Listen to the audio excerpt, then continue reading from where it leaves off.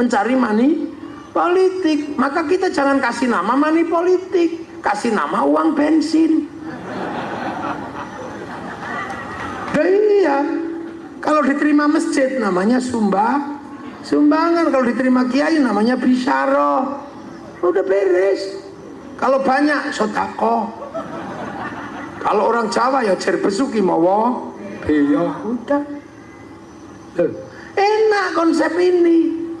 Sampean di sini cuman buruh tani, buruh kebun, golek brondolan. Tiba-tiba anaknya dipondokkan kok jadi pinter, pulang jadi kiai. Nggak ada yang nanya keturunan siapa, nggak ada yang nanya. Gimana? Itu enaknya konsep rohiyah, nggak perlu nasab kami. Nggak penting bisa nasab kami, tapi kemana-mana cuman minta, ya dimarahi wong oke. Ya iya. Karena Indonesia mengikuti konsep rohiyahnya Rasulullah. Maka kalau ada orang mengatakan saya terbaik, kakek aneh, ya ora kanggo ning Indonesia, Kang. Kakek aneh ya jadi kakek aneh jadi Bali. Orang ndak bisa begitu. Kita sudah nggak begitu. Kita sudah bebas sampai duwe anak mondok pinter mulai dari kiai, gak akan menjadi masalah kamu anak siapa. Karena apa? Derajat tertinggi adalah ilmu. Jadi nggak ada bodoh-bodoh terus kakek aneh. Nggak laku, makanya sekarang ya orang kemudian bertanya-tanya kakekmu beneran apa enggak gitu. Nggak bisa. Konsep rohiyah itu setara sudah. Bebas. Ilmu. Kenapa saya duduk di sini? Karena saya punya ilmu. Nanti kalau sampean punya anak pinter, gantian yang duduk di sini. Iya kan? Sampean punya anak pinter kaya, gantian duduk di sini. Karena apa? Lurah, bupati, presiden duduk di situ, di sini loh. Ini bukan tempat yang harus diduduki terus oleh saya, nggak mesti. Bisa jadi nanti anak sampean lebih pinter duduk di sini, nggak ada yang tahu. Nabi Ibrahim lahir dari anak tukang bikin patung. Nabi Musa lahir dari anak yang hanyut di sungai. Siapa sing ngarani bayi kentir dadi nabi? Yo, itu sudah rohiyah, makanya sampean nggak usah ikut-ikutan. Kami keturunan ini, prei Kang, prei mayit. Nggak ada. Jadi persoalan kemudian ada persoalan nasab, persoalan habib, persoalan apa? Itu karena banyak yang nabrak konsep rohiyahnya Rasulullah. Udah enak sini, bebas, merdeka. Nah, yang nata sistem ini para wali. Makanya daerahnya disebut wilayah. Kita ini punya konsep namanya wilayah. Daerahnya para wali. Daerah wilayah itulah yang akhirnya menjadi NKRI, Negara Kesatuan Republik Indonesia. Arab satu bangsa pecah puluhan negara. Cina satu bangsa pecah puluhan negara. Eropa satu bangsa pecah puluhan negara. Afrika satu bangsa pecah puluhan negara. Kita puluhan suku bangsa agama mampu bersatu dalam satu negara. Kesatuan Republik Indonesia. Loh, ayo. Makanya kita pakai Pancasila. Tertinggi tetap Tuhan. No, coba lawan gue. Nomor satu tetap Tuhan, ketuhanan. Setelah urusan Tuhan, urusan manusia. Maka yang kedua kemanusiaan. Karena dunia dan seisinya ini bergerak karena ada manusia. Kenapa ada kursi? Karena ada bokongnya manusia. Kenapa ada mic? Karena ada kupingnya manusia. Ayo. Kenapa ada mobil? Karena ada kaki manusia. Kenapa ada pabrik Pampers? Karena ada nya manusia. Kenapa ada? Karena manusia. Maka kemanusiaan yang adil dan beradab setara. Manusia nggak bisa hidup sendiri. Maka manusia butuh persatuan. Maka sila ketiga tentang persatuan. Hidup harus bersatu, tidak pandang bulu suku, bangsa, agama. Tapi persatuan harus saling menghargai kesetaraan. Yang setara namanya ro'iyah. Maka kerakyatan menjadi landasan persatuan. Maka orang nggak bisa bersatu kalau nggak saling menghargai. Makanya kerakyatan pakai konsep ro'iyah. Tapi hati yang sempit tidak bisa menghargai perbedaan. Hati yang culas tidak bisa menghargai perbedaan.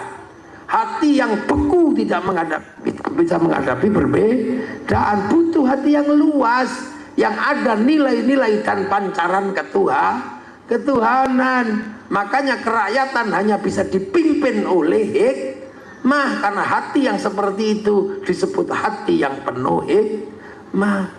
Tapi kalau kamu jadi pemimpin harus punya kebijaksanaan. Jadi gubernur Kalbar asalnya Sampit, jadi gubernur Kalteng asalnya Pelantaran. Kok yang diurusi cuma pelataran tok? Itu namanya bijak sini. Semua harus diurus, itu namanya bijak sana. Tapi kalau ngambil keputusan nggak boleh sendiri, harus musyawarah, maka permusyawaratan. Kalau diajak semua ribut, maka perwakilan. Baru tercipta keadilan sosial bagi seluruh rakyat Indonesia. Loh, terus kamu mengatakan Pancasila tauhid, Pancasila produk kafir, mereka tak tapuk lambemu. Ini konsep sunnah. Maka negeri dengan konsep sunnah terbaik dunia ada di Indonesia. Nah itu loh, maka agama harus jadikan landasan persatuan. Karena ini konsepnya ke Islam semua. Maka kiai-kiai nggak boleh mencederai persatuan. Maka kiai jadikan agama persatuan. Makanya kiai kalau apa-apa bersatu. Ya loh. Doa yang mestinya sendiri-sendiri nggak apa-apa. Tapi kiai kalau berdoa masih bersatu. Kiainya tok yang doa, santrinya amin. Amin, amin, amin. Amin, udah wis kepanjangan. Amin. Kiai ini wis paham. Walhamdulillahirabbil alamin. Jaga itu. Kemudian kalau yang doa banyak diajak ke alun-alun, kok tawaringin. Namanya istighosah kubro. Begitu istighosah kubro, semua terlibat. Ro'iyah masuk semua. Yang jualan bakso, yang jualan roti, yang jualan apa ada di situ semua. Kerukunan terjaga, roda ekonomi berputar. Sementara yang lain doa sendiri-sendiri, nggak cocok dengan konsep ro'iyah.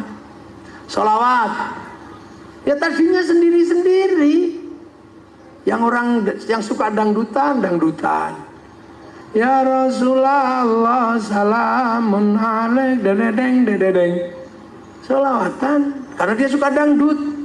Duhai senangnya pengantin baru dedeng. Yang orang Jawa, ya Nabi salam alaika, ya Rasul salam Pak perahu layar. Yang orang Sunda, ya Sunda, ya Rasulullah salam salamun alaik. Es lilin macece kalapa muda. Yang orang Banjar, ya Rasulullah salamun alik ya Rafi Aisyah wa daraji fatayaji rotal alame ya uhailal jo diwal karomi kota baru gunungnya Bamega. Orang Banjar. Akhirnya semua jadi satu di alun-alun Kota Waringin bersolawat atau Kalteng bersolawat. Setelah itu apa yang terjadi? Spanduk laku, slayer laku, semuanya laku. Roda ekonomi berputar. Bahkan copet bisa hidup di situ. Nah, para pejuang dan orang-orang yang berbakti, yang mengorbankan jiwa raganya untuk kepentingan hari ini, kita datangi kuburnya berziarah. Akhirnya elep laku, bis pariwisata laku, jualan di makam pahlawan nasinya laku, jualan katoknya laku. Aku termasuk copet bisa hidup di situ. Tuh, betapa kita menjaga kerukunan. Maulid Nabi berapa yang kita keluarkan untuk menjaga kerukunan. Setiap kampung bikin Isra Mi'raj, semua terjaga. Sementara yang lain itu disebut bid'ah. Maka persiapkan bangsa kita untuk hidup sendiri-sendiri. Kalau Anda lebih suka yang bid'ah itu, artinya potensi bangsa ini semakin cepat terjadi perpecahan. Kenapa Kiai dan NU dimusuhi? Karena Kiai dan NU tetap menjaga persatuan bangsa dan negara. Ayo, wes ngerti? Makanya kami, orang menjelaskan perjuang bangsa kok. Kamu menceritakan wali, bukan wali Indonesia, malah kamu cerita wali Yaman. Ini udah cocok. Wong iki Indonesia, walinya ya wali Songo. Yang kamu contohkan ya mestinya Kiai Hasyim Asy'ari, Kiai Ahmad Dahlan, tokoh-tokoh pendiri NU, pendiri Muhammadiyah itu. Lah kalau yang orang-orang Yaman kan untuk Yaman sendiri. Pergi ke sini disangoni orang sini, pulang membangun ya Yaman. Lah sampean perjuang kita bangun di sini sendiri. Lah ini kadang kita salah. Yang selalu diceritakan adalah kesaktian orang sana. Dipikir Cilik Riwut itu nggak sakti, Lampung Mangkurat itu nggak sakti, Mula Warman sakti.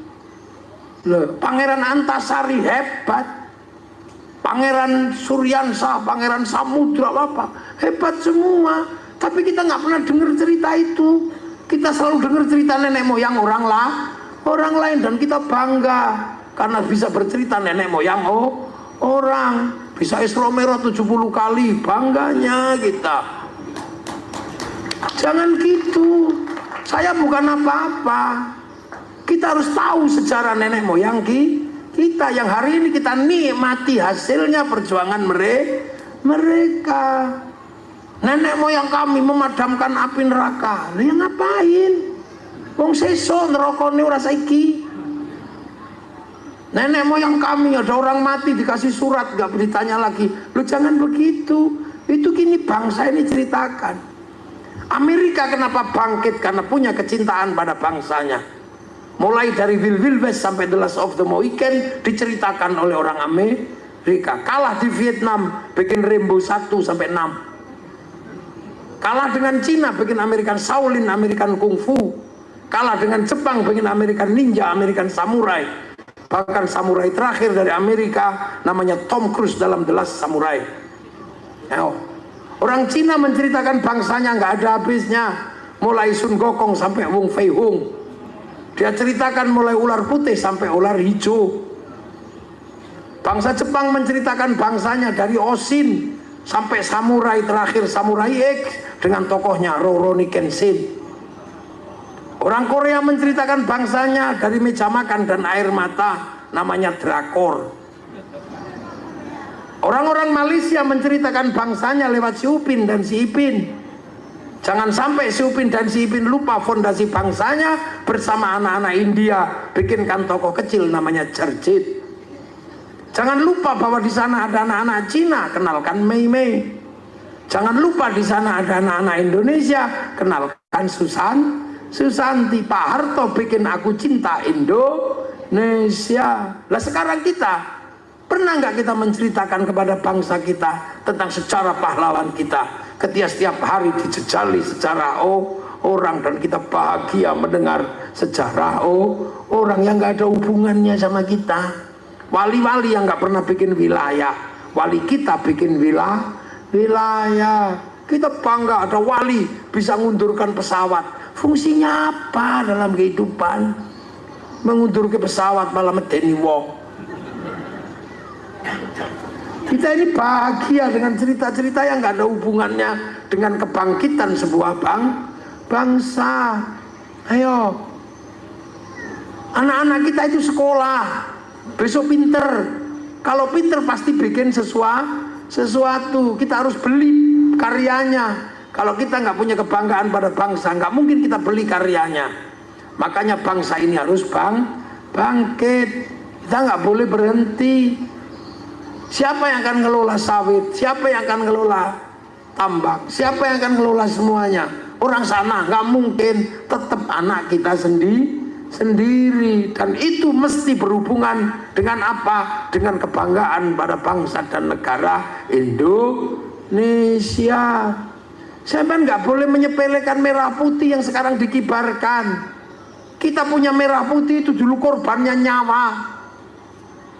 Orang-orang Jawa takut ditembak Belanda kalau mengibarkan merah putih di atas rumah. Belanda curiga tiangnya dikasih tebu. Belanda curiga tiangnya dikasih padi. Masih curiga tiangnya dikasih kelapa. Masih curiga tiangnya dikasih pisang. Besoknya masih curiga bahwa tumpeng sama ingkung.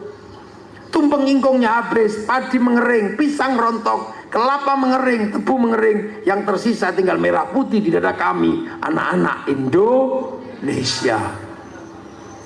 Ayo, begitu disobek sama pribumi, sama Nusantara, Belanda ngamuk, korbannya 10 November.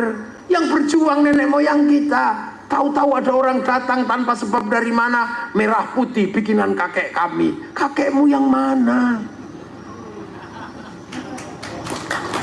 Duh. Kenapa saya menceritakan ini? Karena sekarang ada perebut sejarah. Makam orang diganti, kuburan dibikin untuk menguatkan sejarah nenek moyangnya yang ada di Indonesia. Padahal nggak ada sejarahnya sama sekali. Selain sejarah ikut Belanda. Wis to ngandelo aku. Nah itulah bangsa. Aktor Cina yang sangat digemari, saya nggak tahu namanya, lupa namanya itu. Dia foto di depan supremasi bangsa Jepang, langsung di blacklist, tidak boleh main film di Cina loh. Itu kebanggaan. Lah kita sekarang antara merah putih sama Filistin, lebih bangga bendera Filistin. Padahal Filistin punya masalah. Kenapa dia setelah bikin negara nggak rukun sesama anak bangsanya? Fatah Hamas ribut, itu loh. Nah inilah masa depan bangsa. Kamu nggak akan pernah bisa pindah bangsa. Kita tetap Indonesia. Right or wrong is my country. Baik buruk inilah negaraku, Indonesia. Dan itu agama menjelaskan itu. Makanya kadang kalau agar kita nggak lupa, kita diajari hormat pahlawan. Rasulullah agar nggak lupa jasa Nabi Ibrahim, diajarkan kama shollaita ala Sayyidina Ibrahim. Karena yang buka hutan adalah Nabi Ibrahim di Makkah sana. Inilah pelajaran kebangsaan yang harus kita jaga. Orang Amerika jaga Amerika, orang Jepang jaga Jepang, orang Korea jaga orang Korea, orang Amerika jaga bangsa Amerika, Australia jaga bangsa Australia. Kalau bukan kita yang menjaga Indonesia, siapa lagi yang akan menjaga bangsa dan negara? Amma ba'du. Loh ini baru muqaddimah saya. Loh belum mulai ngaji saya. Ngaji itu kalau pembukaan selesai kan amma ba'du. Tadi saya sudah amma ba'du belum? Nah ya ini amma ba'dunya. Baru muqaddimah, baru pembukaan. Sandalo jam